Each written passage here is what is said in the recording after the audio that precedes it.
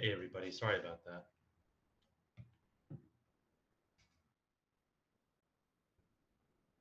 Okay. This is TESOL Overview, right? Okay, all right.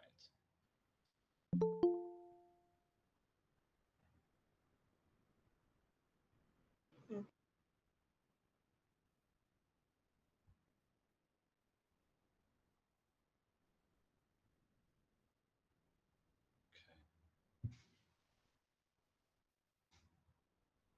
This is a pretty small group. Is this everyone we're expecting?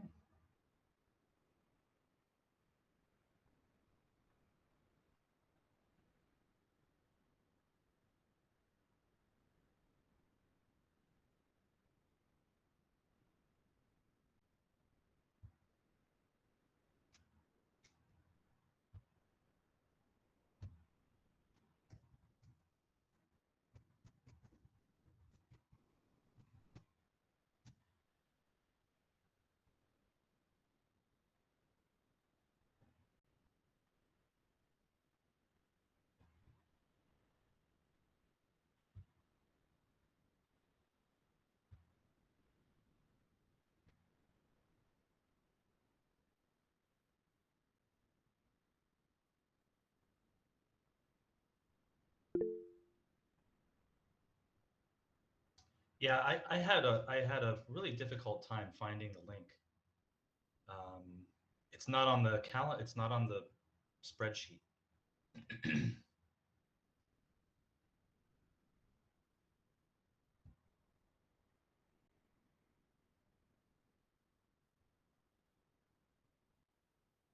Well, yeah. But it's good. I mean, if we have a smaller group like this is nice. We might actually get to do. Let's see how many folks here. So I see Ewan, Joyce, Ellen, Elena, Cam. Okay, Cam. Okay, so that means we've got what, like 13, 14 ETAs, ETFs here. It's a good small number. I like it. Okay.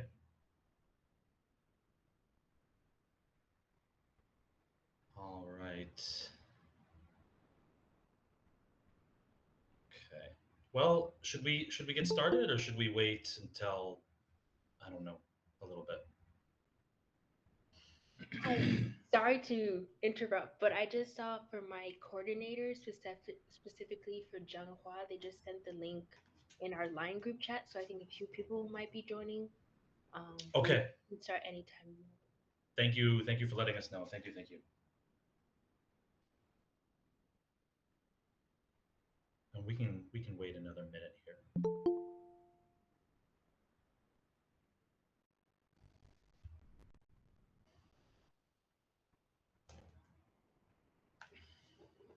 Joyce, how was your summer?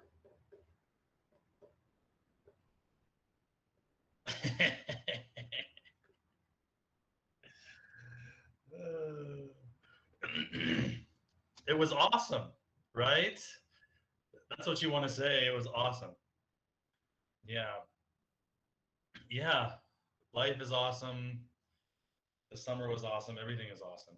Just like that Lego movie song. Yeah. Cam, how are you doing? Yeah. Pretty well. Good, good, good. It's very, very warm in Jiayi right now. I wonder if is it warmer there than it is here in Taipei? Maybe it's more humid in Taipei. It's sunny in Jiayi, Actually, but we have rain every day it was a in the miracle. afternoon. It's sunny here, kind of. You know, the 3 days of sun that we get a year. This is one of them.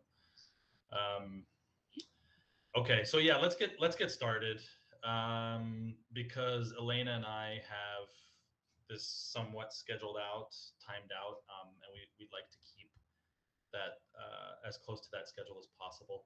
So I'm going to go ahead and share here. Okay,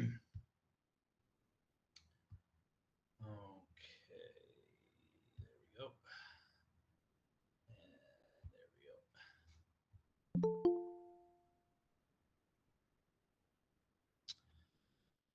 All right, everybody.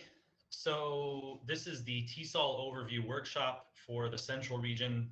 So that's Zhenghua and Yunlin and Jiayi and Taichung. Um, if you're not in one of those regions, you probably need to be somewhere else. But if I mentioned one of your sites, then you're in the right place. Um, Today, we're going to try and make this as interactive as possible. I originally thought there were going to be a lot more participants, but I forgot that half of the folks are still outside of Taiwan. So if you are here, I'm looking at some of your little pictures, and I recognize the quarantine hotel. I just got out on Monday or Tuesday.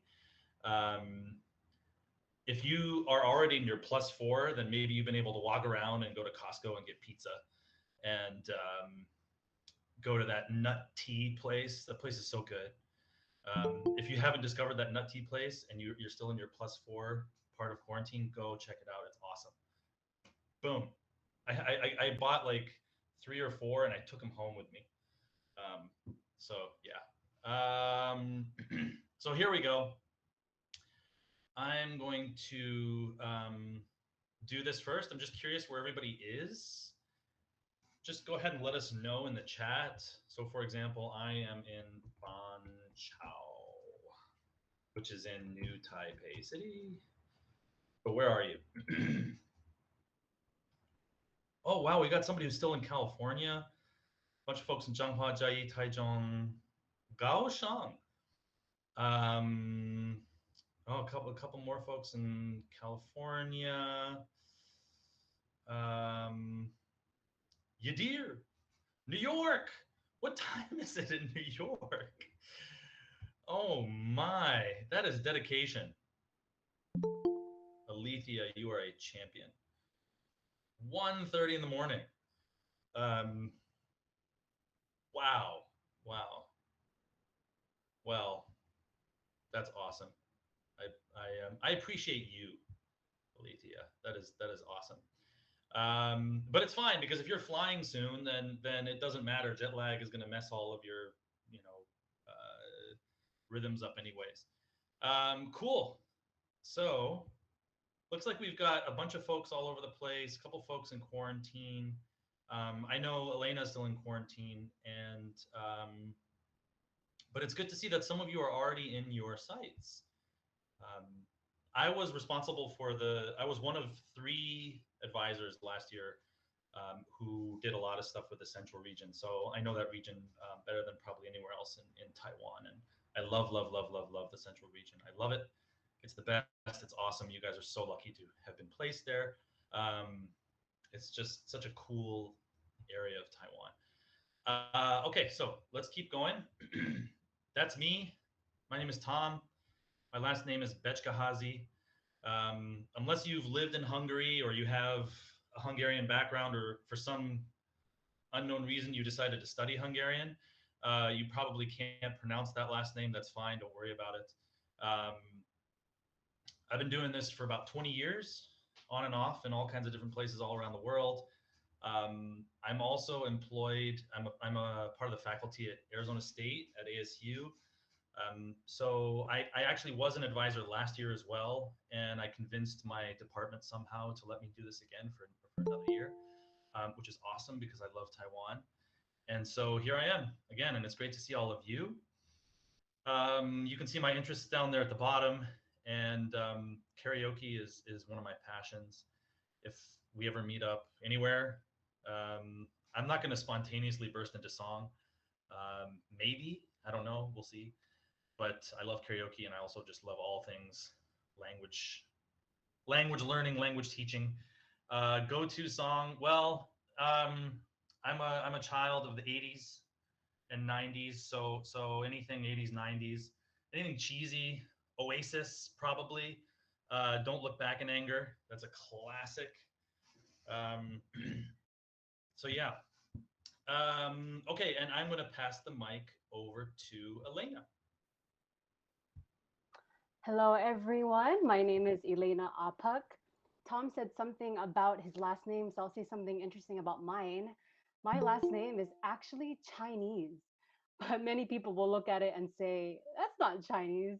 But that's a whole long story. If you want to ask me some other time, I'd love to talk about it. But I am one of the advisors for this year. It's my first year being an advisor. I don't know if I'll get to work more closely with some of you, but if not, I'm really happy that I can be in this overview presentation with you. I love the field of TESOL, and I hope that you can see the passion that I have and Tom have for TESOL. TESOL has really enriched my life and has brought me to places I've never been to. I got to meet so many people I've never met before, and I'm really excited for this 1 year that you're embarking on. Maybe you'll do more than a year, but I trust you'll have an amazing experience. So on the slide, you can see the places that I've been able to go to, specifically for teaching. But my friends would describe me as kind of the floating teacher. Every 2 years, I'm kind of in a different context, and I love it. I love immersing myself in cultures, being in new environments. So at least with my teaching experience, I've taught countless summer English camps between the ages of 2 and 13 while I was in South Korea. I've also taught in South Korea, middle and high school, language arts, but also American literature. And then a lot of adult programs, so teaching immigrants and adult ESL, refugees. And more recently, I've been in Switzerland, a part of some curriculum design, but also program directing. So that's a little bit about my experience in TESOL. And yeah, I still continue, or I still hope to jump around and see what other doors open up. But it's such an exciting field. And definitely my interest in TESOL is related to what I've done so far. So I'm interested in intercultural comm, done a lot of content-based teaching. And I know many of you will be maybe in CLIL classes. We'll talk a little bit more about that. And more on a personal note, my hobbies are music. I do like karaoke as well. I love to play sports, doing anything outdoors and exploring. But I'm excited to be in this presentation with you, and maybe we'll see each other again sometime this year. Okay, now back to you, Tom. All right, thank you, Elena. Um, I am just going to do something really quickly here that I forgot to do, so give me just a second. There we go. I'm just, so one of the interactive things that we're doing here is we're going to be doing something called Pair Deck, and I forgot to turn that on. So give me just a second.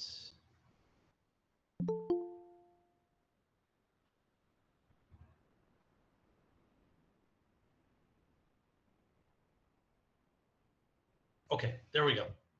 All right, and I will reshare.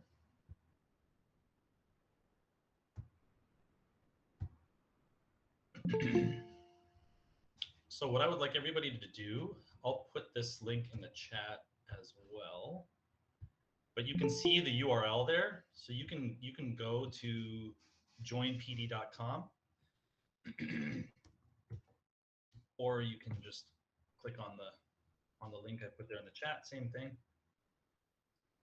And when you get to the join screen, just enter this code XFXIQC.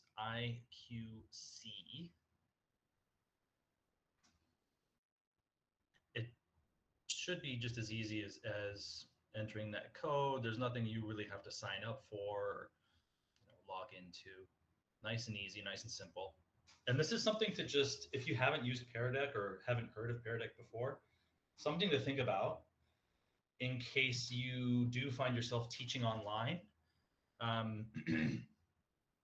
Hopefully that won't be the case. This past spring, summer, some of our sites did end up moving online for a couple weeks, a couple months. It depended on the site, it depended on the school.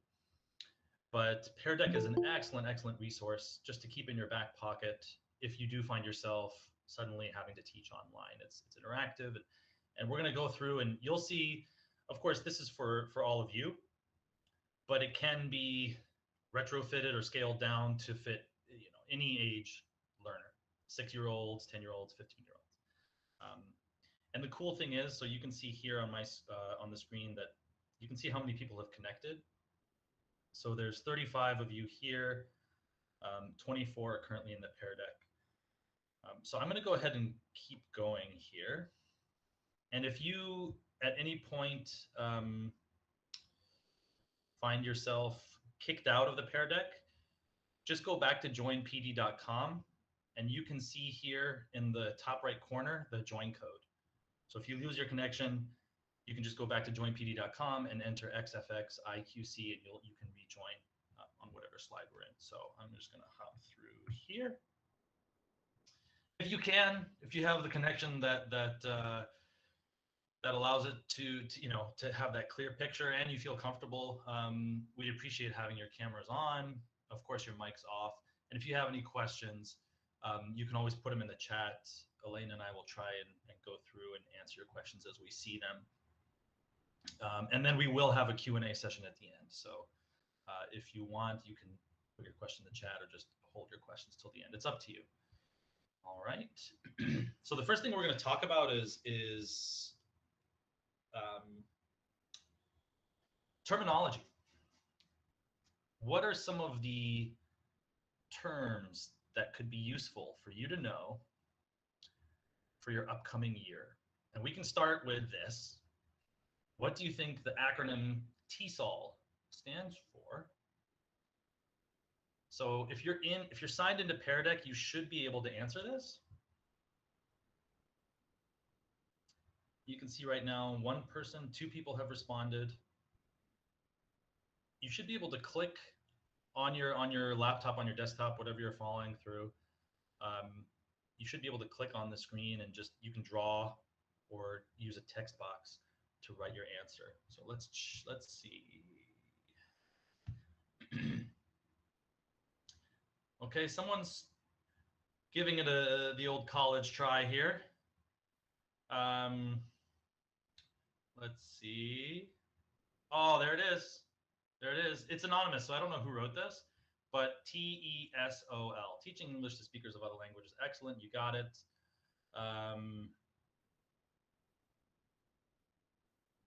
Okay. Oh, look at that. Student-centered learning. It doesn't really, the acronym itself doesn't refer to student-centered learning, but I'm still happy to see that. Okay, cool. So yeah, TESOL is teaching English to speakers of other languages. Excellent. And that's what we're going to be doing. We're going to be talking about TESOL acronyms, starting with SLA. So if you decide to jump into this field, you're going to hear SLA 1,000 times. If you pursue a master's or PhD. Second language acquisition, right? That's the business we're in here in Taiwan. You'll also hear L2 a lot.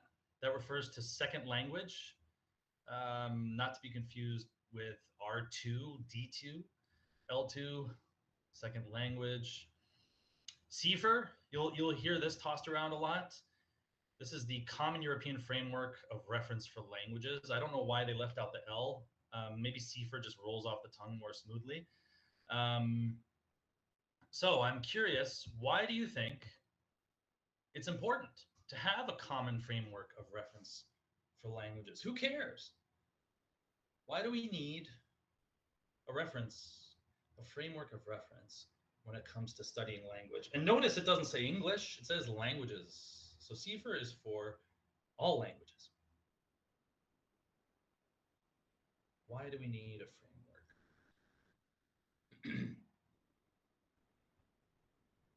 Okay, I'll give everybody another couple seconds to come up with pithy responses. All right, let's see. Okay, effective communication, evaluate language proficiency, good, baseline, universal understanding. Yep, absolutely. Base, standardize, okay? So it's just a nice way of having everyone here. I'll go back to the slide here. I mean, the reasons are here, right? You know, we're in the business of teaching, and like it or not, there's assessment, there's proficiency we have to measure when it comes to education and learning, and CFR provides a nice baseline um, that we can, you know, when language teaching professionals are talking about, oh, this person is A1, B1, C1, whatever, we immediately understand it, you know, where that person is in terms of language proficiency. Okay, let's keep going. CLIL. If you haven't already heard this, you probably will in the coming days, weeks. This is huge in Taiwan. Huge. Um, let's see. What's the next slide? Okay. So you can just put your answers in the chat. Can anyone give an example of a CLIL class? Maybe you've already heard about one that you're going to be teaching.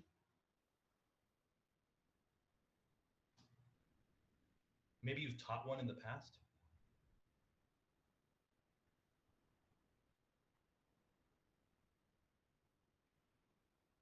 Calligraphy. Excellent. Yep. Yep.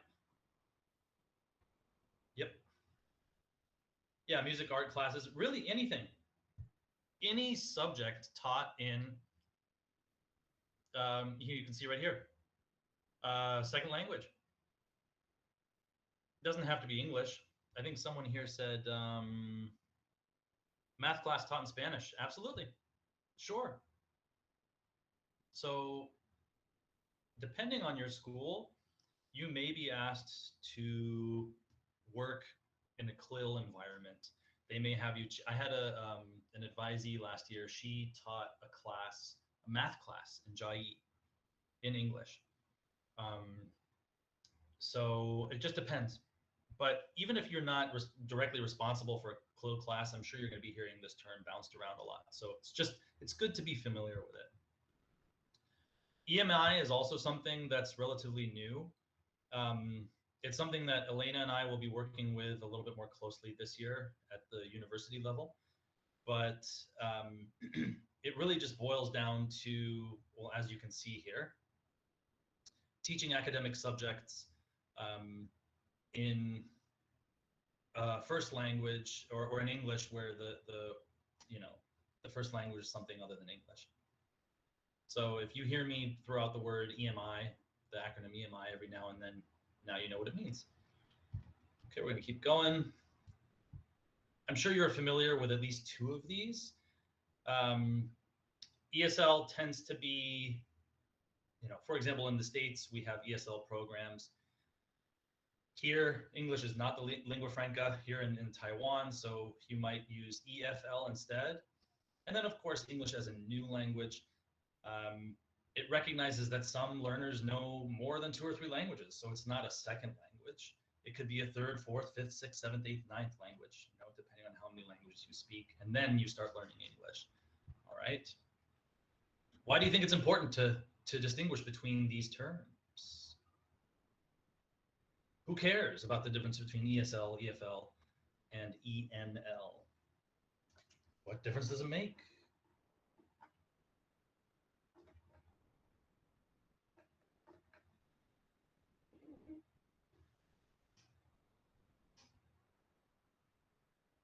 Okay, let's see. Absolutely. Yes, historical context, audience-centered. We want to recognize students learning multiple languages. Very, very important, right? To show respect, absolutely. Love it. Okay. We're going to keep going here. So we have English language learner. And you can see this doesn't really have anything to do with second language, foreign language, new language, whatever. It's simply somebody who's learning English. I've heard it. I've always said ELL. I've pronounced the full 3 letters the same way folks here in Japan, in Taiwan, they don't say app, they say APP. But I've heard. I had a colleague who said L, and that was confusing because I have a friend whose last name is ELLL. But yeah, you can say L's, you can say ELLs. It doesn't really matter. It just means it refers to somebody who is learning English. All right, we're gonna keep going. I'm curious. What are your L2s? What are your second languages?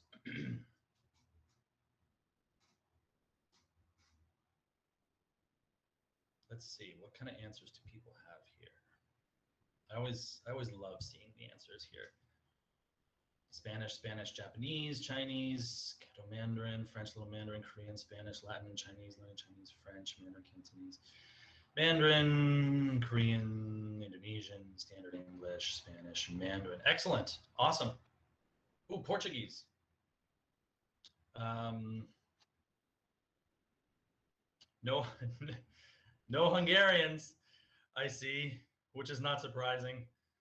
Um, yeah, I lived in Hungary for 2 years, and it's just, I'm not going to say don't learn it, but, um, yeah, I guess I am going to say that. It has 18 cases. I don't know if you know anything about what a case language is, but it has 18 cases. It's all suffix based. So, anyways, I'm not going to give you a Hungarian lesson now, but ooh, Bulgarian. I don't even know if I heard Bulgarian, I don't even know if I'd be able to identify it as such. Very, very cool. All right. These are also terms that you're going to be hearing bounced around a lot, especially LET, right? You've already heard this, I'm sure, 1,000 times. You're all going to be working with LETs. All of you are either ETAs or ETFs. Um, the LCT and the FET, don't worry about those too much. You might hear that every now and again, but they're not part of Fulbright. They're not part of your immediate environment, so I wouldn't worry about it too much. And if you're down in Kaohsiung, um, there we work in conjunction with the ELTA program. So the ELTA program places foreign university students in local public schools, kind of like what all of you are going to be doing, um, and they teach English. So they're doing the same thing you're doing, just through a different context. But that's really, as far as I know, specific to Kaohsiung. So you shouldn't have to worry about that too much. But yeah, these are all still important. All right. And here we go. How many acronyms can you remember? I threw a lot of acronyms at you. How many of them can you remember? Let's see if anyone can remember more than 8. Let's see. LETTAT. That's okay. 5, 6.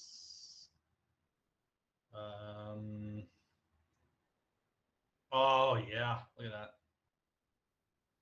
Oh, this person's 1, 2, 3, 4, 5, 6, 7, 7, 7. Oh, 1, 2, 3, 4, 5, 6, 7, 8, 9. Okay, this person might be, whoever this is, your memory is a steel trap. All right. So everybody, we'll share this with your coordinators, and then they will disseminate it amongst all of you. There's a lot more stuff here if you're interested in doing a little deep dive. But yeah, that's it for now. I don't want to overwhelm you with 10 million acronyms. These are just the ones that you're going to be hearing more than anything else during your time here in Taiwan. And I think I am going to stop talking now and pass the mic over to Elena. All right. Thank you, Tom. If you give me a second to just now share my screen.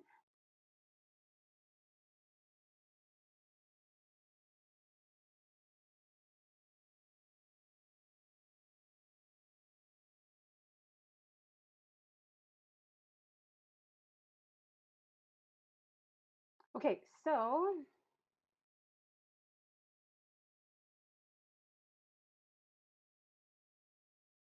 okay.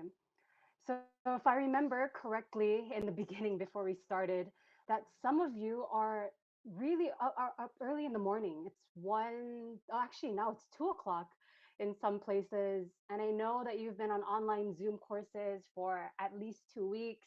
You're in sessions every day for 8 hours. I understand this. So for me and Tom, we want to, our challenge is to keep you as engaged as possible. But I think the hard thing is on Zoom. I'm sorry, not on Zoom, but on Google Meet. It's hard to see all of you. But at least know for me, my challenge is to make this as interesting and as relevant as possible. But for this next mini session, I do want to give you a very brief, and I promise when I say brief, but a brief overview on second language teaching methods. So here you can see I use the words L2. And so, in this very brief segment, I do want to talk about some common approaches when it comes to teaching a second language. So, it's a little bit of history, just a little bit. But from those methods, I want to draw out these best practices and really highlight how these methods are in our classrooms today. These are methods that you may be using, or at least you'll take some of the best practices and use it in your class. Okay, but before that,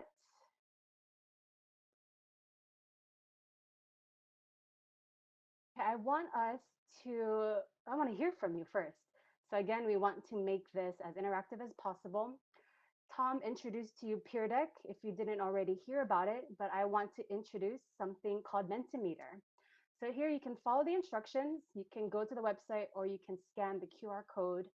But here is another way that you can make your PowerPoint presentations or online teaching more interactive. And again, I don't know if you'll need this because it depends on your context and your grade, but we just want to give you a little bit more tools and to see what it looks like. Okay, and these are anonymous. I think that can be a good thing and a bad thing, but I wanted to share that in the beginning. Okay, so I think let's check how many people are here already.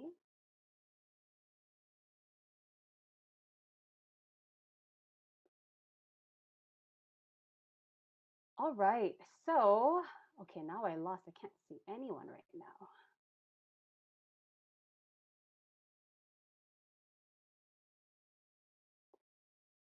All right, so I hope everyone can see this. If not, please let me know. But I want to hear from you. Okay, good. So think back to how you learned your second language. Okay, so describe in details how you learned. Don't just say, I studied it in high school, but try to draw out as many detailed examples as you can. And keep them short, but you can submit multiple entries. So let's see what people have to say.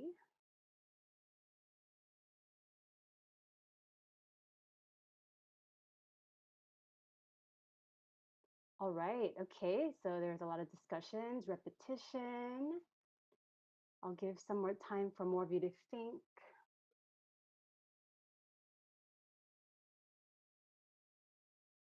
Oh, there's a lot of things going on here. This is pretty cool. Okay, in middle school, I see rote memorization, good. Yeah, let's keep it going a little more. You can see some of the answers here. Yeah, wow, even I can't read all of these. Yeah, this is good. I want us to get thinking about how we learned a second language because a lot of how we teach a second language really comes from our experiences learning a second language. And sometimes that can be good, sometimes that's not so good. I know you're still answering, but I'm going to move on to our next question. Okay, so this one's a little different. I want you to rate the most important conditions for language teaching. Okay, so you have 100 points. I want you to try to evaluate of these 6 things what you think are the most important. So I'll give you some time and let's see what everyone thinks. Okay, so far 31% say knowing the students is the most important. I'm sure by the end of this presentation, you will have a clear answer to this question. But at least for now, let's see what people think. Okay, 8% think an assessment plan is not as important as other things. Okay, cool. All right, so thank you for participating in that. Sorry if you're still working on one of the questions, but we're going to continue with our presentation.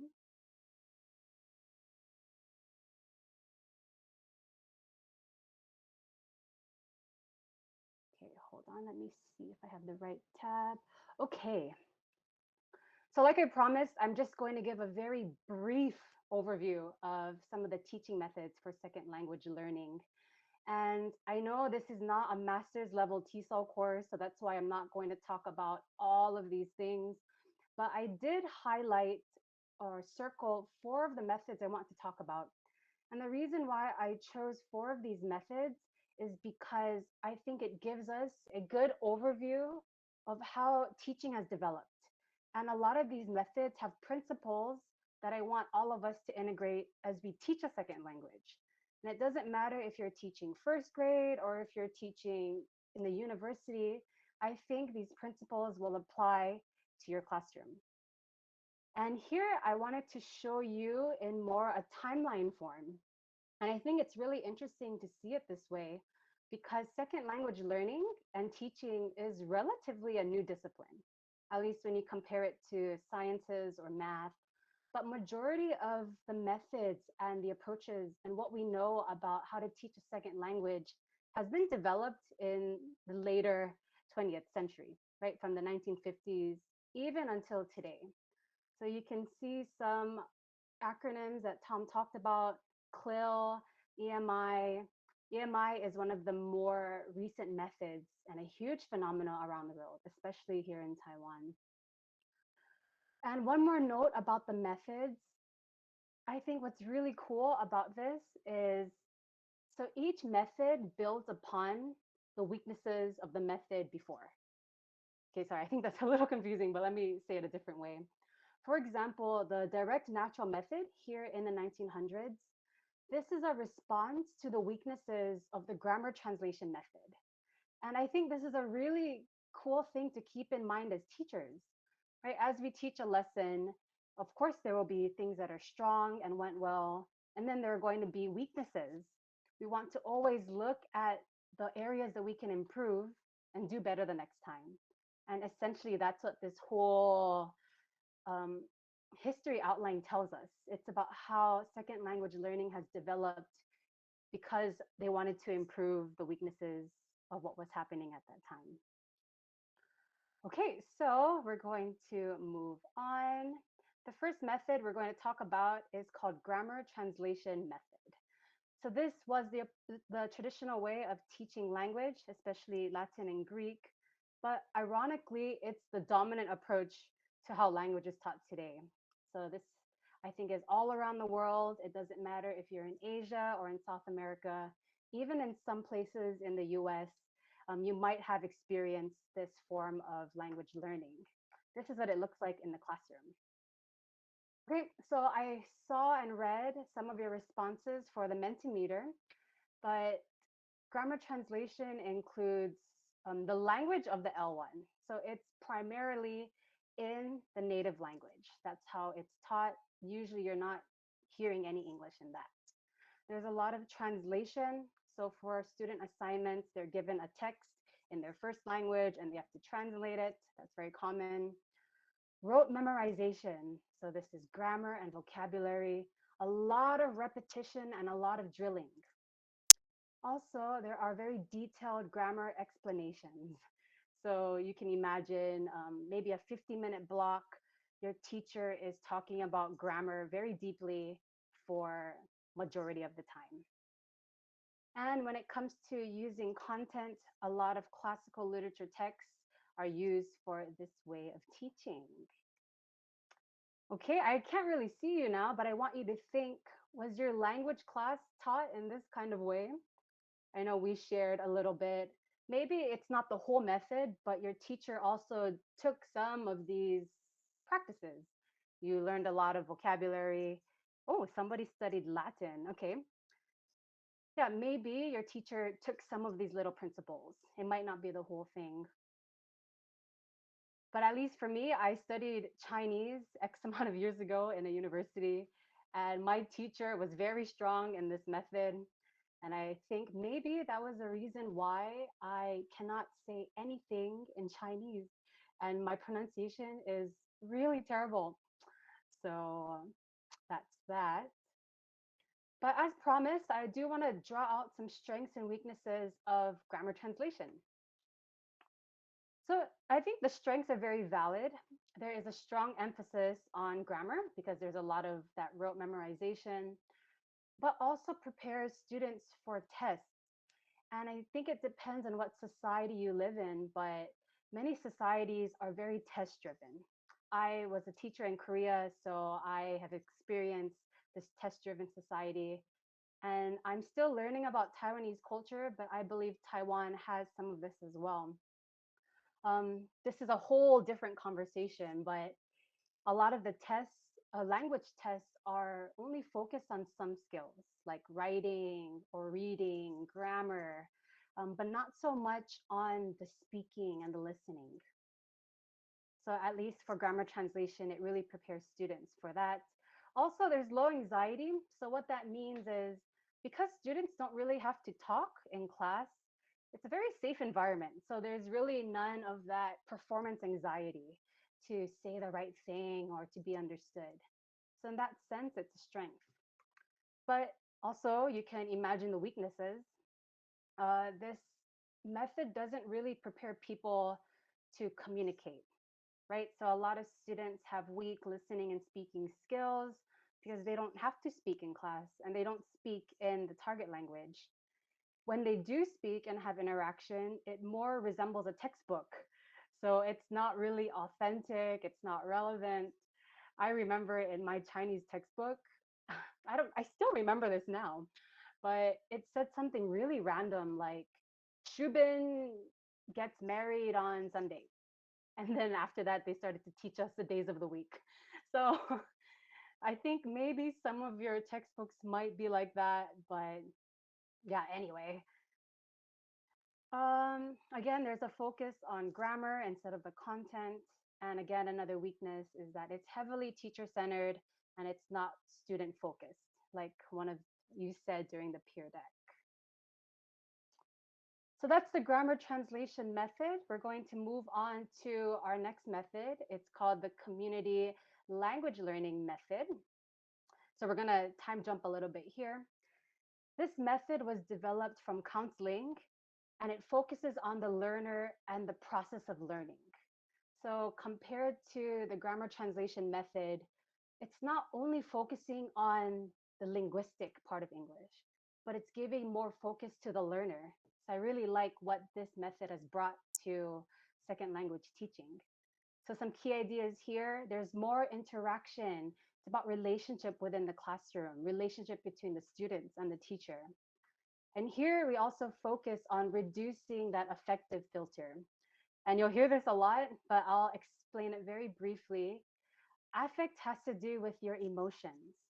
So anything that can enhance or take away from learning a language. So we want to reduce the things that will hinder language learning.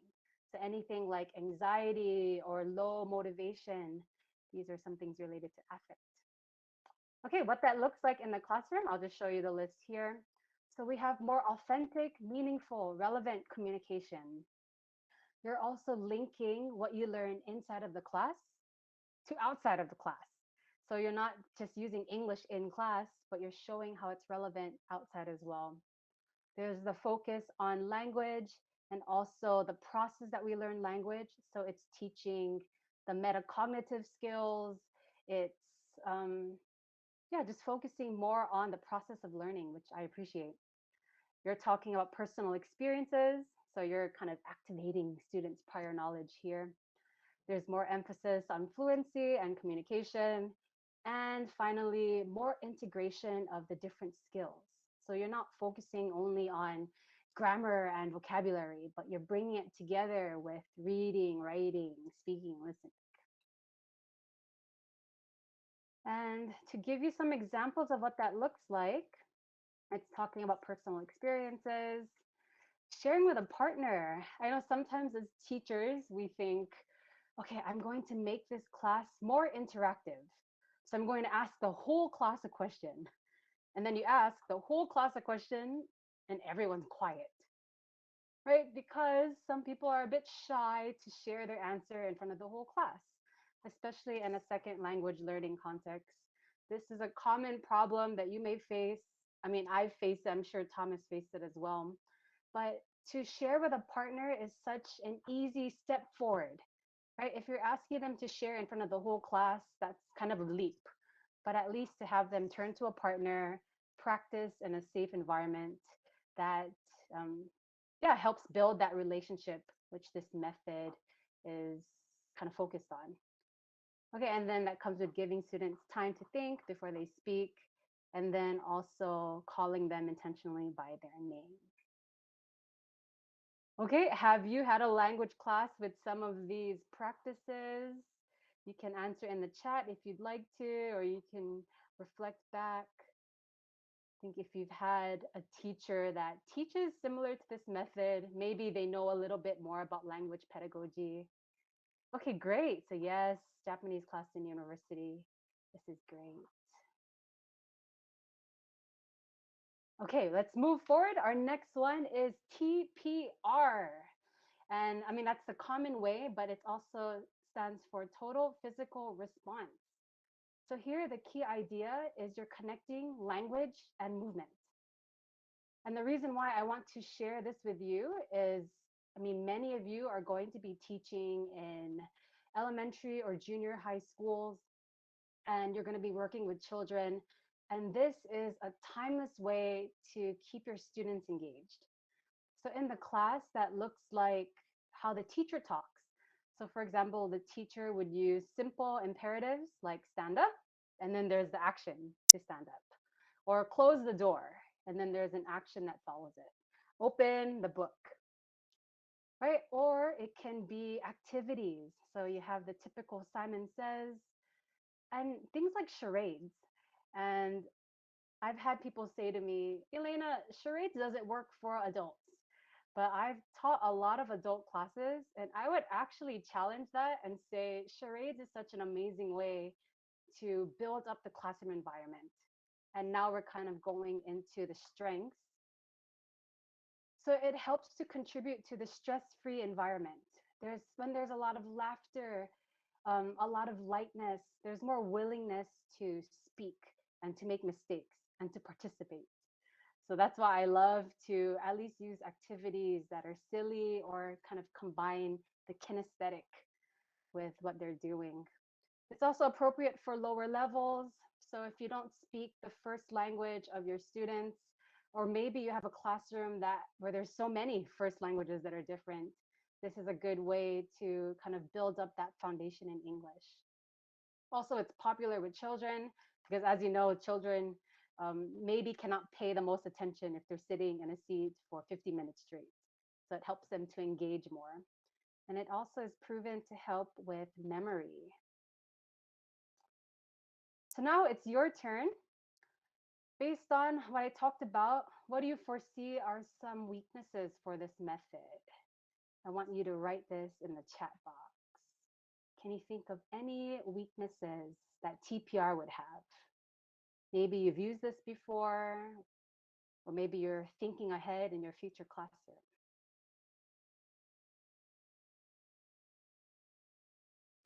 No focus on advanced grammar. That's a good point. Kids get too distracted. Yes. I do want to make a note on that. Of course, when you use TPR, you can't add an action or movement to everything you say. Right? I think that's a little unrealistic. Or for example, if you're always doing charades, right, that can be, again, a little too tiring and it's very limited. Yeah, that's good.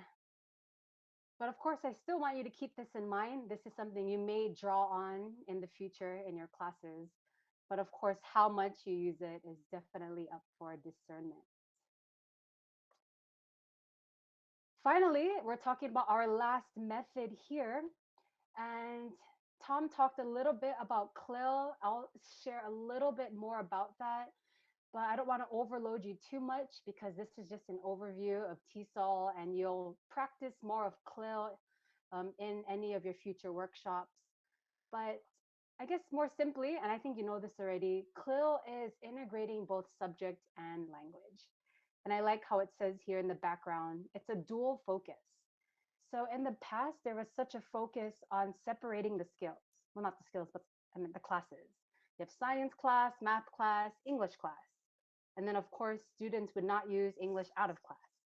But here in CLIL, the idea was how about as students are learning a language, bring that in with the learning of a subject matter. So they're using the language now instead of later. So the idea here with CLIL is like language is the vehicle for learning the subject content. So for the teacher, you would make objectives both language based and on the content, whether that's math, science, whatever it is. Yeah, the teacher can be an English teacher which learns a subject, or a subject teacher which learns about how to teach a second language, or maybe a combination, which would be you guys in the most case, the English teacher plus the subject teacher. Okay, and then for assessment, you're assessing both on the language and content. But again, just a really brief touch up on what CLIL is. You'll hear about this so much. And yeah, I've been a part of a lot of content-based classes, and I'm a big fan of it actually. But when it's done well, and I do want to make a note, CLIL is one of those new kind of teaching methods where it can look so different in different classes and different subjects, right? So maybe a CLIL class in a different country will look different in Taiwan. But even amongst different subjects, like CLIL could look so differently. That can be a little frustrating, but I just want to say embrace what CLIL is. I think the core of it is very simple, like you're bringing subject and language together. But how people do that, yeah, it can just vary and look so differently. So those are the four methods that I wanted to cover. But I want to recap everything that we talked about in these last 20 or so minutes. But I wanted to hone in more on what that could look like for your role as an ETA. So, as an ETA, your main goals, of course, there's more to it than this, but one of the main goals is you get to encourage more authentic communication inside the classroom and outside of the classroom. And I believe it was today in our earlier session, Dr. Nadeau said that you may be one of the only native English speakers or even fluent English speakers that your students might ever talk to. And it's my first time in Taiwan, so I'm not too familiar with the regions, but I know in many of the or the rural areas, there's not many opportunities to practice English outside of the classroom. So you get the privilege and the honor of bringing more exposure to English in the community, but also in your classrooms as well. And also, you get the opportunity to introduce a different culture for your students. So, of course, we're all American, but many of us come from other cultures, within that. America is such a diverse nation, and many people around the world think of America as predominantly Caucasian people. But there's more to America than that. America is such a diverse nation. Tom shared about how are you Hungarian? I think you said that you were a Hungarian. But okay. But for me, I'm a mix. I'm Hawaiian, Chinese, Japanese, and Filipino. And many of you come from many other different cultures as well. And how amazing it is to share this with your students and to help them develop this global sensitivity through you being there. And the fourth point is definitely my favorite point. But as a teacher, you really have an influence on a new and a young generation. And a part of me, I'm really excited about my job, but a part of me is a little envious that you guys get to be directly with the students. It's really such an amazing thing to just be able to directly speak into someone's life, to encourage, to champion, to inspire. Um, that's what I want you guys to do. Don't be so caught up on the grammar and the activities. Like, yes, that's important, but really just teach out of who you are, love your students, get to know your students. And I believe that's all that I have for now. Thank you for sticking with us so far for this hour. If you're curious to learn more about the methods, you can see the links below, or you could just Google it, or maybe talk to one of us at any time.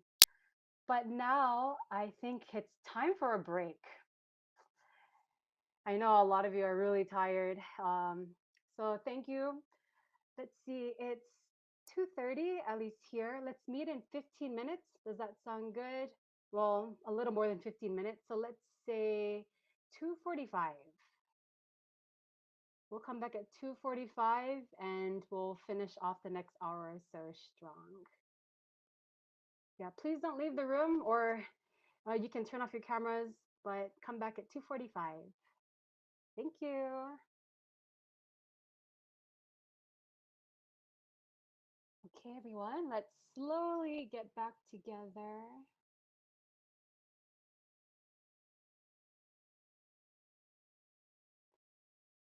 I said 2:45, which is just about now.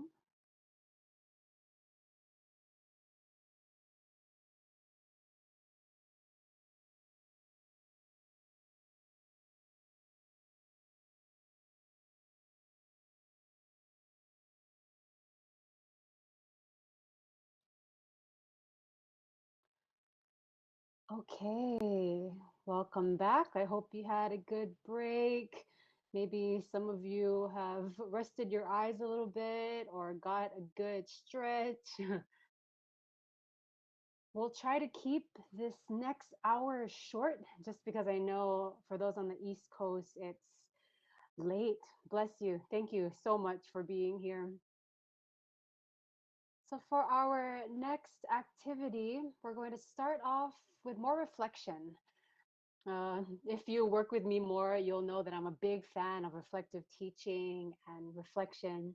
So, we're going to do a little bit of reflection for the next minute or so. I want you to grab something to write with. Okay, you can write on your phones, on a paper, it doesn't matter for me. But I want you to brainstorm a list of qualities that make a good teacher. Okay, or in other words, what kind of teacher do you want to be? So I'll give you just a minute and try to jot down as many things as you can think of what makes a good teacher and the kind of teacher that you want to be. Of course, we all want to be good teachers. So you don't have to share this in the chat, but you can write this on your own and we will come back to this list later.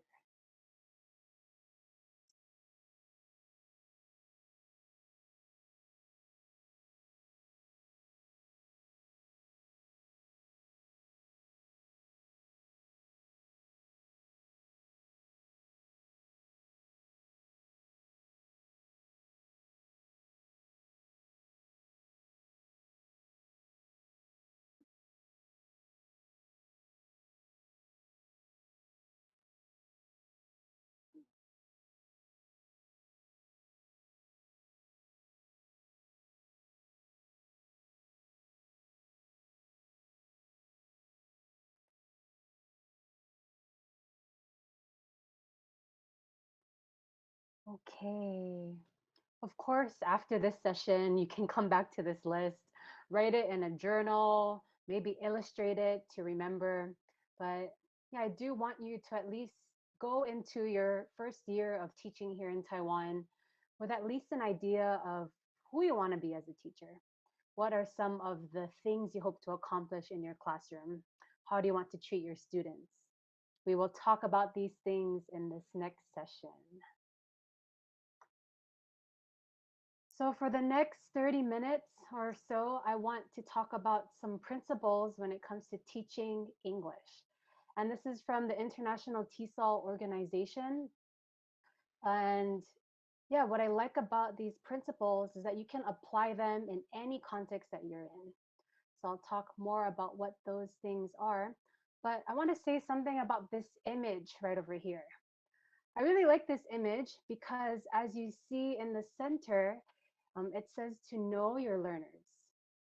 And everything we do outside of that, when it comes to the environment, the lessons, how we monitor our students and their progress, how we assess our students, that really all comes out of knowing our students.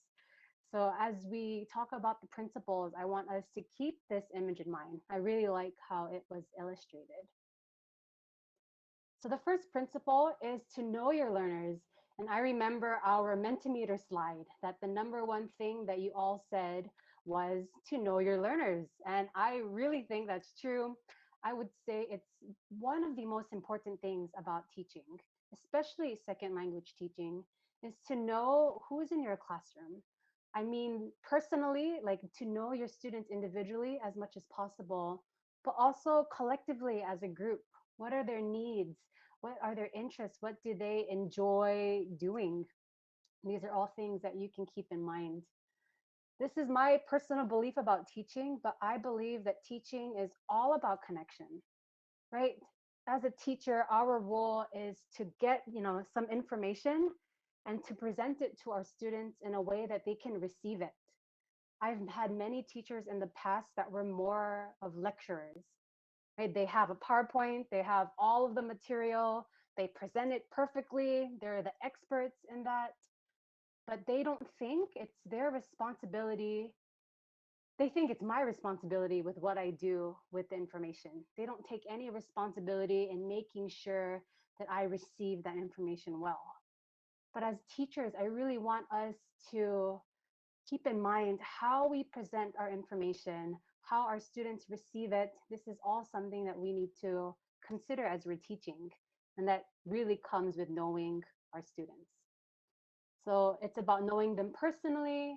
And also, when it comes to certain content that we teach, even if it's grammar, finding a way to make that relevant for our students or to connect that to our students. That's really important. Learn and get to know your students' interests, backgrounds, cultures. Know the context that you are entering. So, this whole month seems like it's a lot of training, but a big part of that is because it's getting you familiar with the context that you're entering, knowing more about the language. What are some of the taboos, cultural differences that you may experience? And after I speak, Tom will talk more about what the English environment is here in Taiwan. But it's really important to know and be aware of just what's happening here when it comes to language teaching. And of course, you want to learn and know your students' names. I know we all agree on this, but I also understand how sometimes you might have 100 students. Okay, actually, in this environment, I'm not too sure, but you will have a lot of students that you have to know their names, and it can be very overwhelming to learn all these names in the beginning. You have to learn 30 names, they only have to learn one. And then you add another layer to that, and it's all in a language that you're not familiar with or that comfortable with. It's a very valid issue, but don't be too overwhelmed. There are many activities that you can do in the beginning of your class. There are teacher resources that you can utilize to help you to remember your students' names.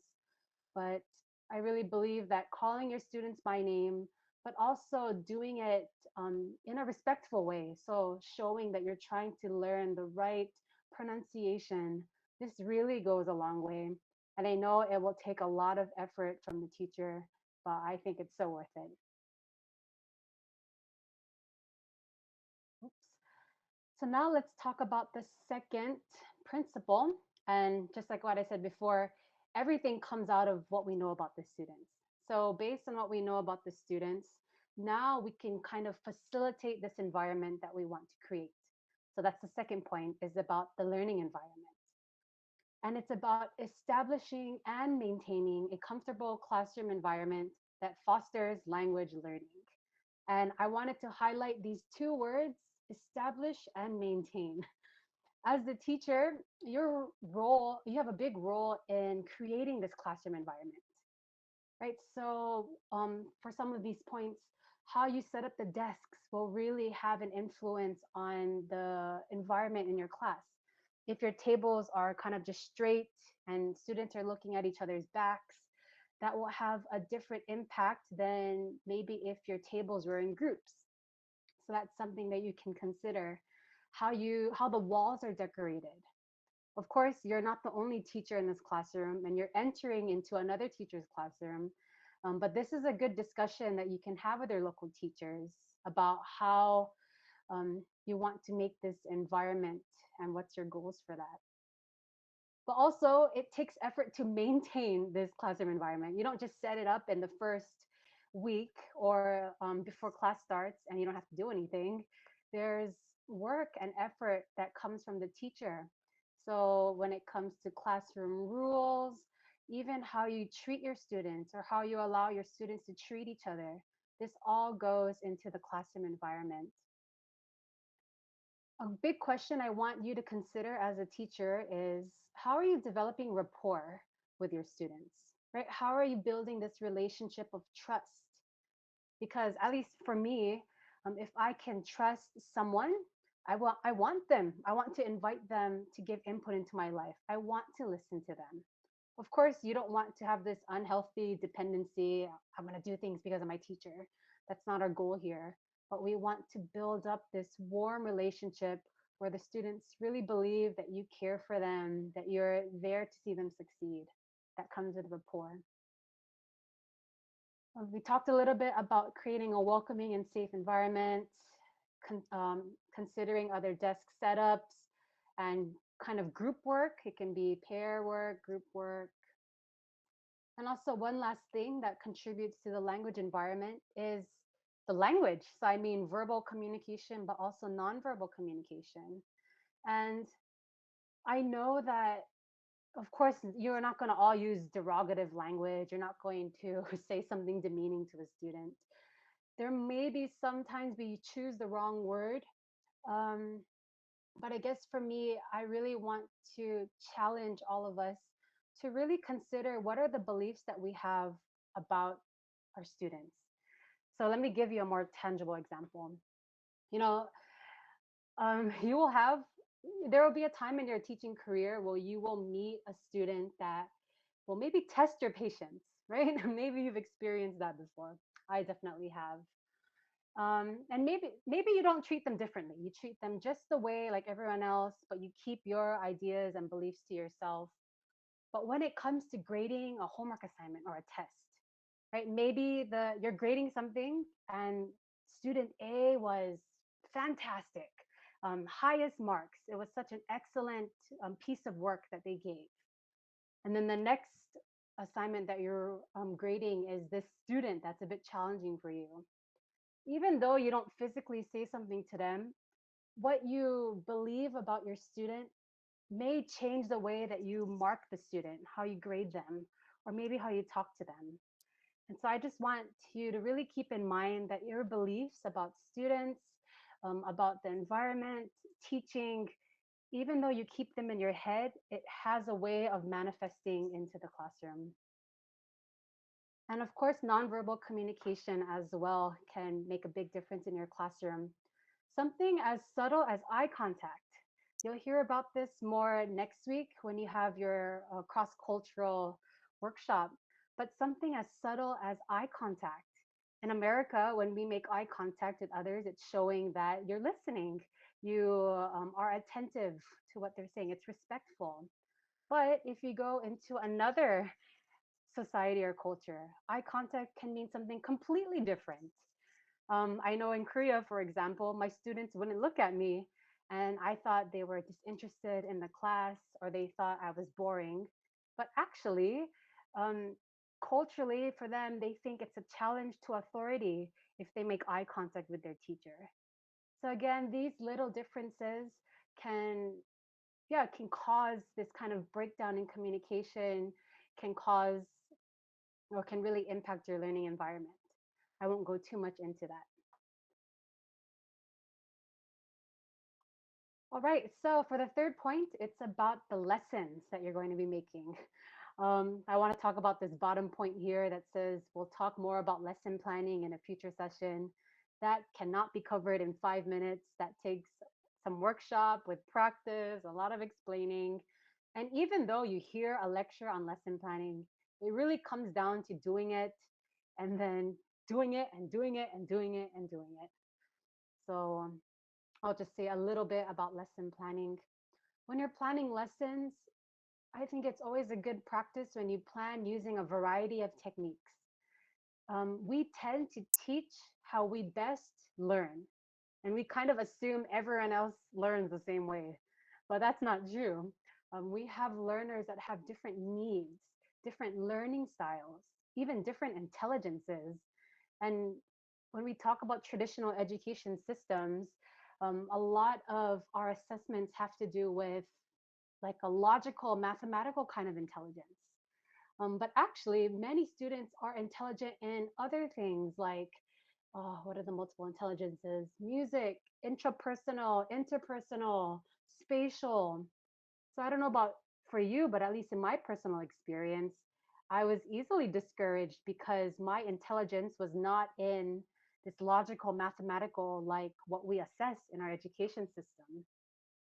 So anyway, that's a little bit of a tangent, but that all goes to say, as much as you can, try to plan different techniques, try to reach different skills, different intelligences. Of course, this is very theoretical and abstract right now. So when we meet in person, your advisors will give you more tangible techniques that you can use in your classrooms. But at least for now, I want to just throw out there, try to diversify, differentiate how you teach in the class. And I want to say a little bit about objectives. So we use the acronym SMART, SMART. That means specific, measurable, attainable, realistic, timely. Again, I'll go into this a little more at a different time if you're in a workshop with me. But I do want to show you a really cool resource. Maybe some of you have heard of Bloom's taxonomy before. Especially if you've taken a Gen Psych course, you've probably heard this, or if you have some background experience in teaching. But Bloom's taxonomy is a great way of, uh, okay, let me say it a different way. Bloom's taxonomy to me is really encouraging in how I want to make my outcomes. We talked about grammar translation method, which really just keeps us down here at the remembering stage. It's a more lower kind of order of thinking. But in reality, we want to move our students into more critical and higher, um, yeah, areas of using the language. And I'll show a different slide here where it gives you different verbs for each of these different steps. And so if you can write your outcomes based on using these specific verbs, then you can help create more specific or reach more specific skills or do more specific things in your activities. And sorry, let me go back to this slide right here. Something else I want to just throw out there for you. I don't know if it's completely necessary for you to read, but I do think it's interesting. But I also put here the curriculum guidelines for Taiwan's English education system, at least for K through 12. And so here it shows you um, at least what students in each grade should have learned regarding English. So I think this is really cool because if you are teaching grade 5, it will be cool to know what they're supposed to know or have learned in grade 4. And if we don't really have this reference, then maybe if we're teaching, for example, grade 3, we might be too ambitious in our lesson planning or in our activities. Like maybe we want them to write a children's book, but actually that's not something that they're quite prepared to do. So if you're curious, there is this link here that gives, I think it's a very lengthy article, but it does talk about what each grade is supposed to have learned in English, although even there, um, it might be questionable. So that's all I have to say about the lesson plans. Oops, I clicked on the link. Next slide. So number four, this is talking about the ongoing delivering. So you made the lesson plan. Now you're in the class delivering the lesson. So here you're going to, the idea is to adapt your lesson delivery as needed. So what that looks like is how you monitor the students during the activities. I'm going to share a quick story, but quite a vulnerable story as well. In my first year of teaching, I was one of those teachers that taught too many classes. You know, it was my first year. I was living in rural Korea. I was living in the countryside. I was young, passionate. And my mistake was I said yes to everything. So they gave me all of these English classes. And yeah, for me, it was too much to have to grade and to prepare for so many different courses. So, anyway, when I was in a class, I would give students time to work on an activity, right? Maybe they needed 15 minutes. But I would go back to my desk and sit there because there were things I needed to do like immediately, either for the next class or I needed to send a message that was really important to someone. I wasn't walking around the classroom monitoring, asking the students if they have any questions. And that's something I look back on and I realize a lot of my teachers in high school and university did the same thing. Right? They give the activity and they would sit down at their desk and they would wait for students to ask a question or they would wait for students to finish. And I did the same thing, you know, in my first few months. I'm not even sure how long I did it for. And I do regret doing that because there's such importance when it comes to monitoring how students are doing in the classroom. Your presence in the classroom really makes a difference. So, yeah, I didn't realize I was doing this. So maybe me sharing this story would encourage you during your activities. Yeah, go up to your students. I mean, don't interfere too much, but it's good to touch base with how they're doing. Ask them if you have any questions. See if they understood you correctly by the work that they're doing together. I think that's really important. So another way that you can monitor is to check for understanding. So this is more after a lesson. You can ask them, okay, everyone, so thumbs up, maybe in the middle, thumbs down, if they, depending on how they understood an assignment, or maybe if they enjoyed it, you can say, okay, thumbs up if you liked this lesson, or thumbs down if you didn't like it, you don't want to do it again. I think it's cool to give them, you know, some say in what's happening in the classroom. Another idea is five fingers. So you have more of a scale here. Um, and these are more better. I think it's better to use these things than just to say, do you understand? You know, these do questions that elicit a yes or no response. I also want to make a note that how you ask questions really matter. And again, this is something we don't tend to realize that we do, but we would ask, you know, do you have any questions? Or what questions do you have? I mean, that's a little better than do you have any questions? But again, not many students are comfortable to ask their questions in front of class. Maybe they think they're wasting um, the class time by asking a question.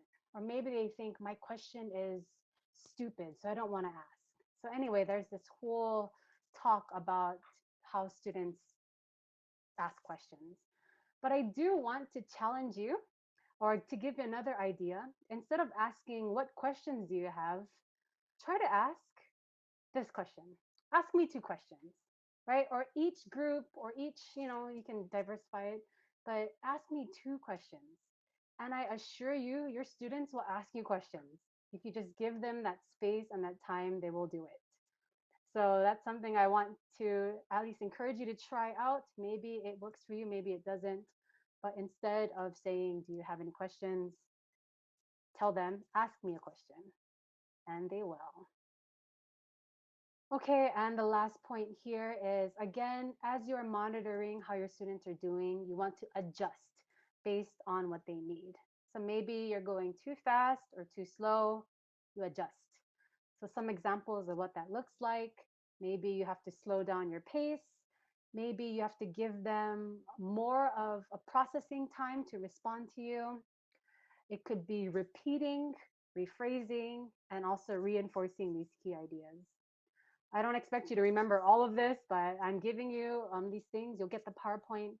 But again, we'll go over these things in our workshops throughout the semester and the year. Number 5. Okay, so this has to do with assessing. For me personally, assessment is such a different okay world ballpark. I don't know what's the best word, but I'm yeah, assessment. There's just so much to it, so I'm not going to talk a lot about assessment. Again, this is something that will take more than a couple of minutes. But what I do want to throw out there is assessment is more than just the exam or the test. At least that's what I thought of assessment before um, I started teaching. You can assess your students' progress in so many different ways. It's more than just that final summative assessment, but you can assess students through formative assessments. So, for example, a formative assessment means that these are ongoing throughout the semester, right? It's kind of that low stake, low pressure evaluation of how much the student is learning or understanding. So this looks like exit tickets. So for example, before the students walk out of class, they need to produce something. Like it's just a small slip of something they need to answer or do. And this is to show you that, or to show you how much they understood. And formative assessments can also look like homework or even in class activities. So assessment is more than just a test, right? There's other things you can do in the class that are fun and interesting and doesn't cause anxiety. Also, I struggled with this as well, but to provide timely feedback, of course, our goal is we want to give feedback as soon as possible. I encourage you as much as you can to not accumulate all of these papers and works to give feedback on. But that's something that we can talk about more if you're struggling with this in your classroom. And again, a good practice is you want to assign or you want to align your assessments to what your class objectives were. But we'll talk about that with lesson planning. And finally, our last principle here is engaging and collaborating within a community of practice. If you look at the image here, you can see that this is the principle that kind of pulls everything together. At the core, we have knowing your students. And then out of that, we have the environment, the lesson plan, the monitoring, the assessment. But what keeps it all together is you as a teacher and your professional development. So that's what this point is talking about. I really think as a teacher, it is your responsibility as much as you can to stay updated with what works in the classroom, right? Check in with other teachers, your co teachers, advisors. Continue to grow who you are as a person, professionally, even emotionally, mentally. Um, yeah, I think that's really important for us as teachers. That looks like attending in workshops or anything that will help you to grow. And I love this last point here that talks about being curious. I remember something my professor said that really stuck with me. He said, if you want to be interesting, be interested. And I didn't really understand that. And I understand that a little better now. But yeah, I really believe that if you are someone that remains interested in things and in people, that's a quality that will draw others to you. So stay interested, be teachable, be humble, ask questions, keep on learning. And I think that's a really amazing quality to have as a teacher.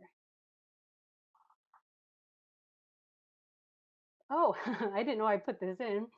But again, let's revisit what we did maybe about 30 minutes ago.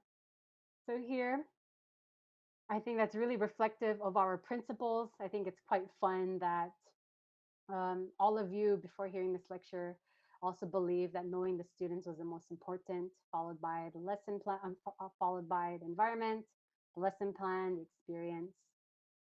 Yeah, that's good. I'm right there with you guys as well. Before I pass this on to Todd, I want to talk about just a couple more short things. So let's come back to our list of qualities that we want to aspire to as teachers. Again, this is something I want you to refer back to at other times in your teaching career or maybe teaching time this year. But looking at your list, how does your list compare now? We've talked about many things. Is there anything that you want to add to your list or you feel like you want to take out because it's not so important anymore? Yeah, again, it can be later on in the evening or at a different time, but it's always good to come back to this list and to always, adjust it based on what you believe is important. And here are some final tips that I want to pass on to you guys as first time teachers in Taiwan, at least. But this is what I find, what I would love to tell my younger self are these. So these are the 6 points. The first point I want to emphasize is to be yourself. I remember when I was a younger teacher, I was so intimidated because there were so many amazing teachers that the students loved them. They had all of these creative ideas, and I wanted to almost be like them, right? But I really believe that the best teaching comes out of who you are. So be authentic to yourself. Students can really read genuinity. This is in my experience. So I think the best thing is be true to who you are, do things that fit your personality. Of course, it's good to be challenged, but at the same time, do things that really reflect who you are. I think that's where good teaching comes from. Also, ask for help. It's really, I commend you guys. You are so brave and courageous to go to a different country and to start teaching for the first time in a completely foreign context with a different language, maybe. That's incredibly hard to do and so rewarding, but don't fall into this trap that you're alone.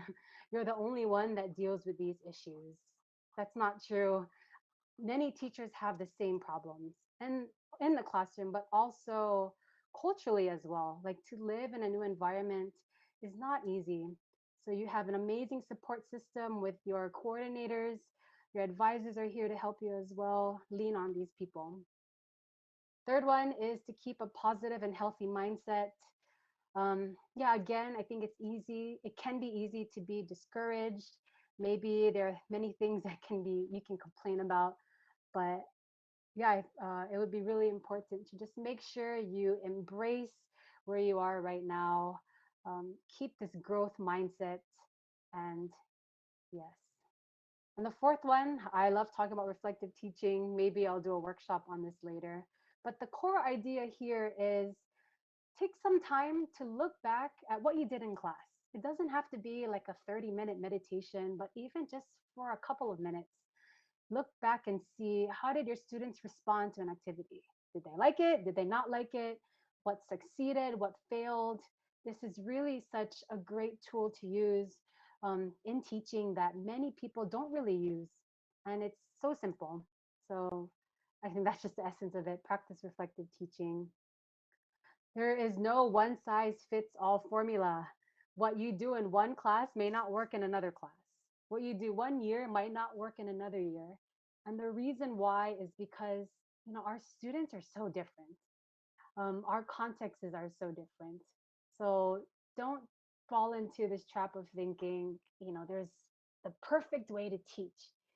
It isn't. There's some methods, techniques that you just have to trial and error and use to make sure you meet your students' needs.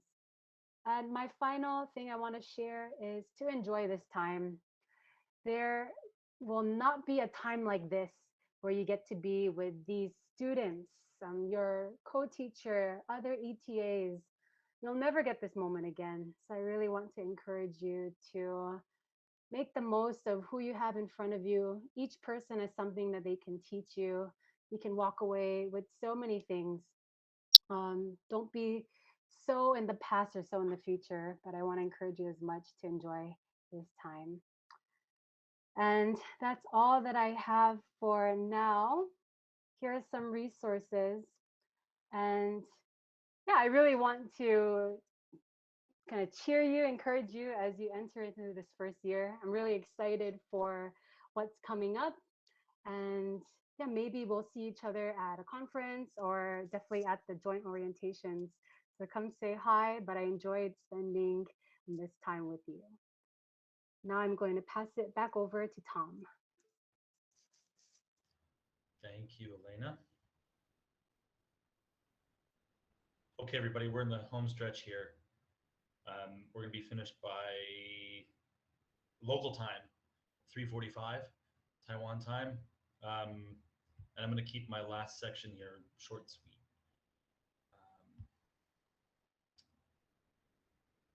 Okay.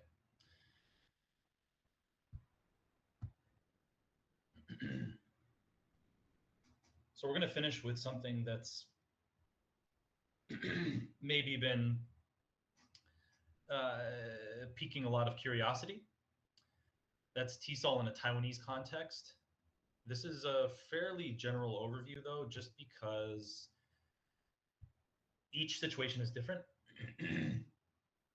Some of you will only be teaching elementary schools. Some of you will only be teaching junior high schools. Some of you will be teaching both. I even had one advisee last year who was teaching one high school class, a class of sophomores. So it all depends. And some of you will be in rural schools, urban schools, a mix of the two. So this is going to be a very general picture of what TESOL in Taiwan looks like, help put things in perspective. Okay, yeah. So obviously COVID-19 is still a concern. Maybe not as much as it was back in April, May, June, even July.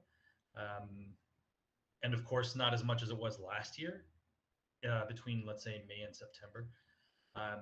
So some of the things that we talk about now may not be applicable when you set foot in your schools in a couple of weeks and when the semester starts. But it remains, somewhere out there, foreground, background, whatever you want to call it. So we're just going to go through all of these different things, starting with this. I don't know. Maybe some of you will still be teaching online, so your students will be learning from home. If that is the case, hopefully it's not the case for very long. If it is the case, you'll be using Google Meet. You won't be allowed to use Zoom for security concerns. We were using Pear Deck, a couple different online tools. Somebody mentioned Quizlet at some point. There's Kahoot. There's all kinds of different things you can do. So that's what the schools look like, what TESOL looks like now coming back after COVID. But I think most of you, again, will be teaching in person. You will have to wear a mask, at least for the first, well, it really depends. I don't know. You'll find out. And that last point there, most schools are not air conditioned, even if they have AC. It's just something to keep in mind. I haven't taught in Taiwanese schools, but I've visited many, doing observations and such, and they can get pretty warm. So just keep that in mind when it comes to staying hydrated and how you dress and so on and so forth. Yeah, you'll learn that pretty quickly. And I think the reverse is true in the winter. Sometimes it can get pretty chilly, and I don't know how quick they are to turn on the heat. So just something to keep in mind. All right, let's keep going. I'm going to skip over that. This is a very brief look at what the 12-year basic education looks like here in Taiwan. You can see that center column here, or center row rather, the native languages. So I remember visiting a school with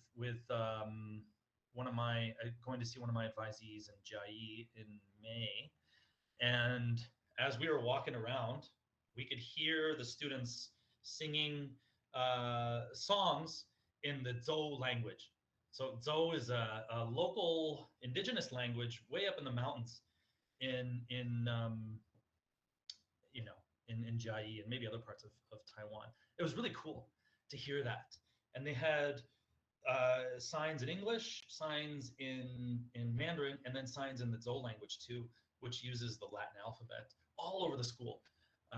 So that just gives you a little window into what you may or may not be encountering. Something really cool about Taiwan is how they incorporate native languages. Again, depending on context. So yeah, there you go. All right.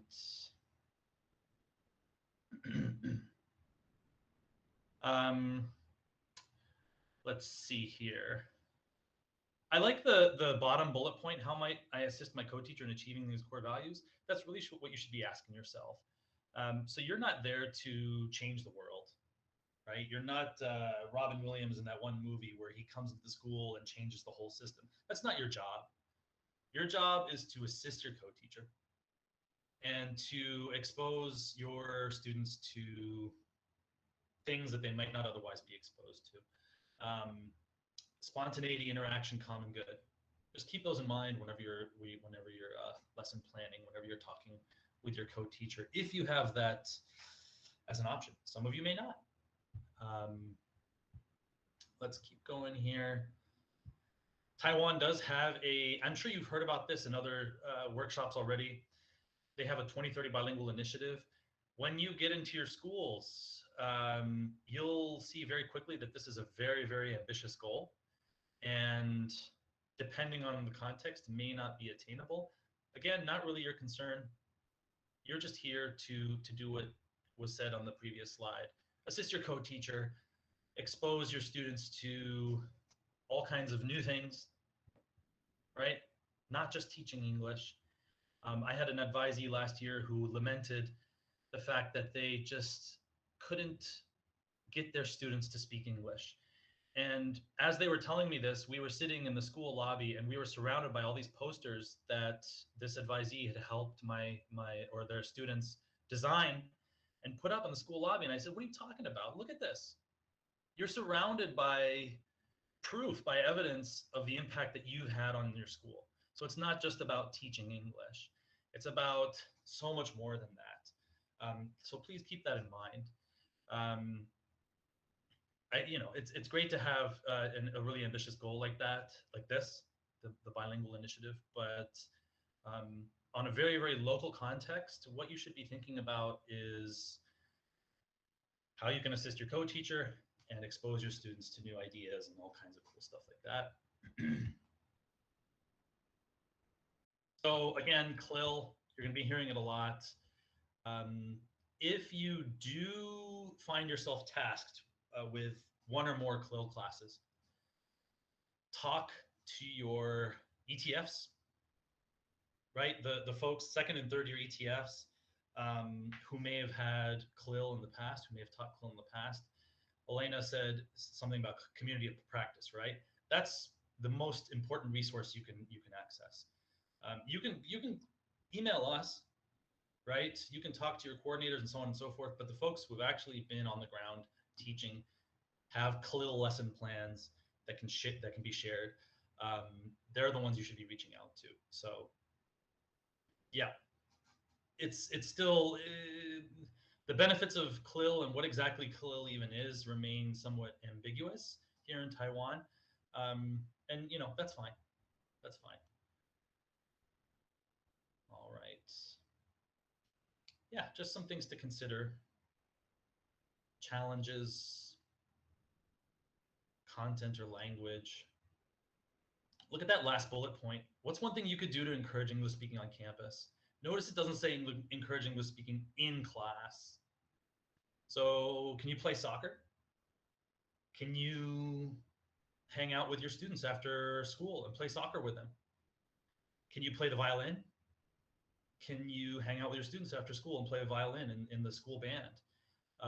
Do you love karaoke? Can you do some sort of karaoke club after school?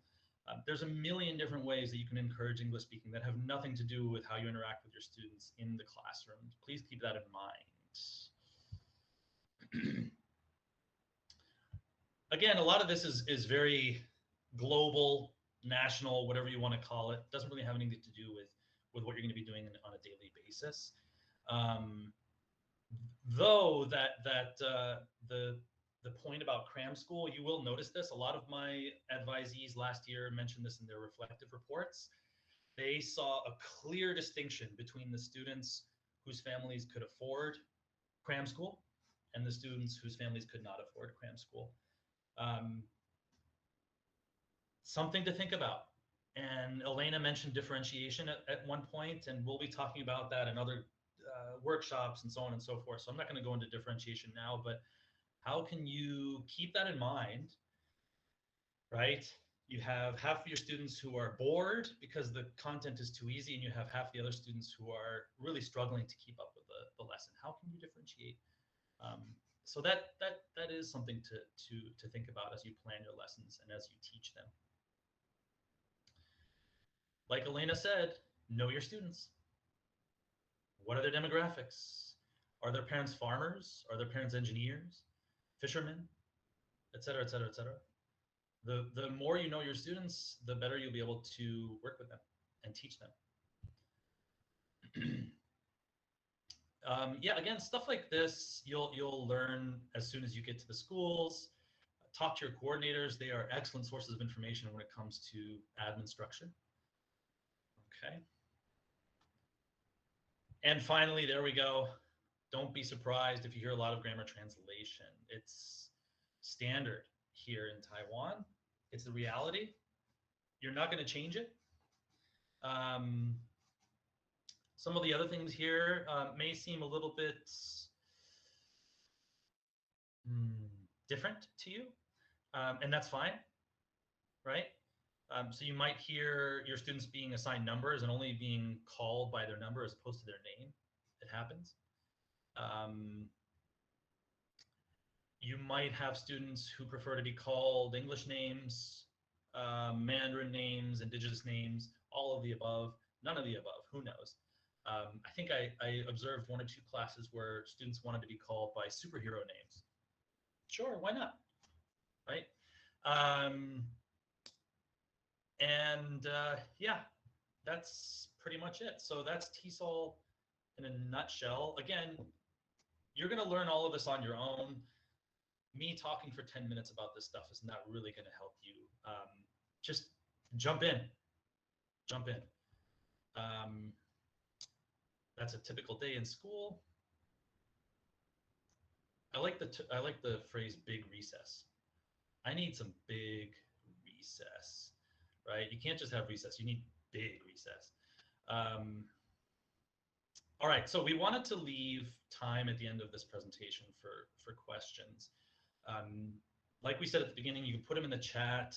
You can do this, right? You can raise your hand. Also, I think the next slide has our contact info. So you can always message us or I'm sorry, email us. With any questions you might have, maybe something comes to your mind afterwards. So yeah, any questions about TESOL? TESOL anything? TESOL in Taiwan? TESOL history? Metacognition in language learning? The history of the Austro-Hungarian Empire? Kevin. Yes, I will ask a question. So since the Taiwan Fulbright program has been in place for a few years now, what are the long-term results or consequences or impacts that we're starting to see from schools who've had Fulbrighters? That's a really good question, Kevin. And I've never seen any literature that would, like, I've never seen research published about that. But it's really interesting because when I've done observations in the past, I've met with local professors who've been sitting next to me in the class while we're observing an ETA or an ETF teach, and they are researching that now. So there may not be research published yet, but I'm sure that it's coming down the pipeline. I'm just going to give you a very sort of pie in the sky, idealistic answer, very, very much anecdotal.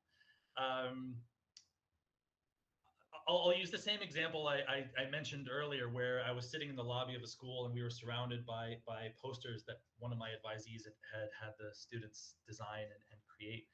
I think that's the impact. So there aren't hard and fast numbers. There's no, TEFL scores or whatever that say, oh yeah, English is improved by X, from C for whatever to whatever. But on a very, very local level, every time I read advisees' reports, you can see that there is a difference being made, just in how the ETAs and ETFs are interacting with the young people on a daily basis. So that's I know that's a very sort of wishy-washy answer, but yeah, great question. Any other questions? I know you guys are fatigued. Okay, so you know what? Let's go ahead and wrap things up. I do want to say one more thing, and then I'll let you guys go. If you have, does anybody have a paper clip like this? Okay. So what I want you to do, I want you to take that paper clip and slowly insert it into a live electric socket. Okay. I'm gonna look at my pictures here and and wait for the first person to do that. Okay, nobody's doing it, right? Right? Obviously, you're not doing that because at some point, like yours truly, you did it. Maybe not with a paper clip. Maybe you just stuck your finger in a live electric socket when you were a year or 2 or 3 years old, whatever. And you learned that that's not the best idea. Same thing's going to happen to you, metaphorically speaking, when you step inside your classrooms. You are going to be sticking your fingers in all kinds of electrical sockets. You're going to fail, and you're going to fail hard. There's going to be kids crying. There's going to be kids vomiting all over the place, maybe at the same time, right? All manner of tomfoolery will be happening as you spend weeks and months in the classroom. And that's fine, because that's how you become better educators. So please, please, please do not expect to set foot in the classroom and just be awesome from the get-go. What you should be doing is expecting failure. And that's totally fine. And I know you are, Fulbright is a very competitive program, and you're all, very, very well qualified, overqualified, who knows, to be here. So you're used to excelling at whatever it is you do. That's not going to happen. When you step inside the classroom, nope. It's not like getting really, really good at, I don't know, Smash Brothers or the piano or biochemistry or whatever it is that you are experts in. Managing a class of 26-year-olds is one of the hardest things you'll ever do in your life. But as you do it, you will get better. You'll fail and you'll learn from those mistakes.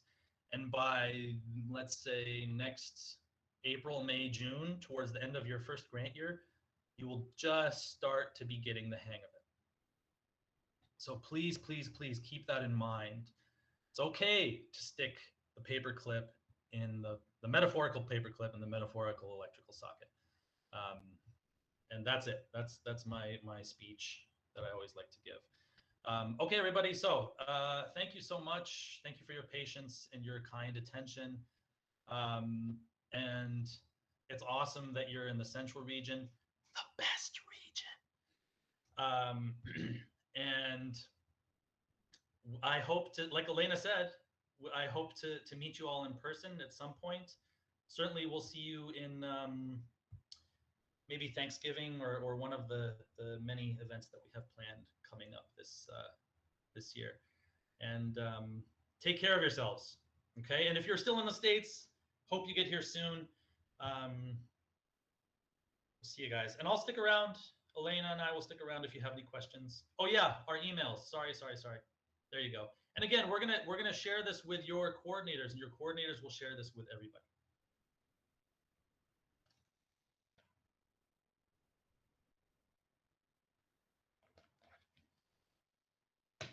you have any questions, we'll stick around here for a few minutes. Thank you. Thank you, everyone. Thank you. Thank you. Yeah, thank you. Really enjoyed it. Thank you. Thank you. Thank you.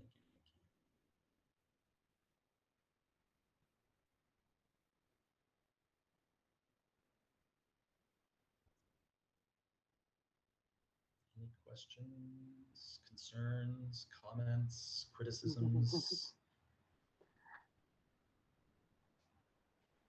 We could do karaoke now. It's just 8 of us. What a fun group. I think you guys will have an amazing time together. Central Region. Thank you so much for doing this. It was really interesting. Oh, our pleasure. Yeah. Hope to see you soon. Thanks, Yes. Sarah. What location are you in, Sarah? I'm in California right now, but I'll be going to Jai. Okay. Oh, nice. Yeah, Wow. looking forward to it, really. Jai's the best. Good to hear. When I've do you only plan heard, on- I've only Sorry. Yumi. Yulin is great too.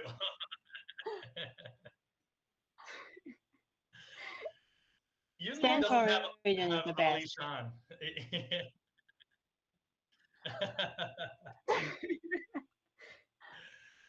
Everywhere is the best. There we go. I'm gonna just equivocate. There you go. All right. Have a great night or great day for you guys. Thanks, Yes. Sarah. Good night, Sarah. Bye. Thank you, guys.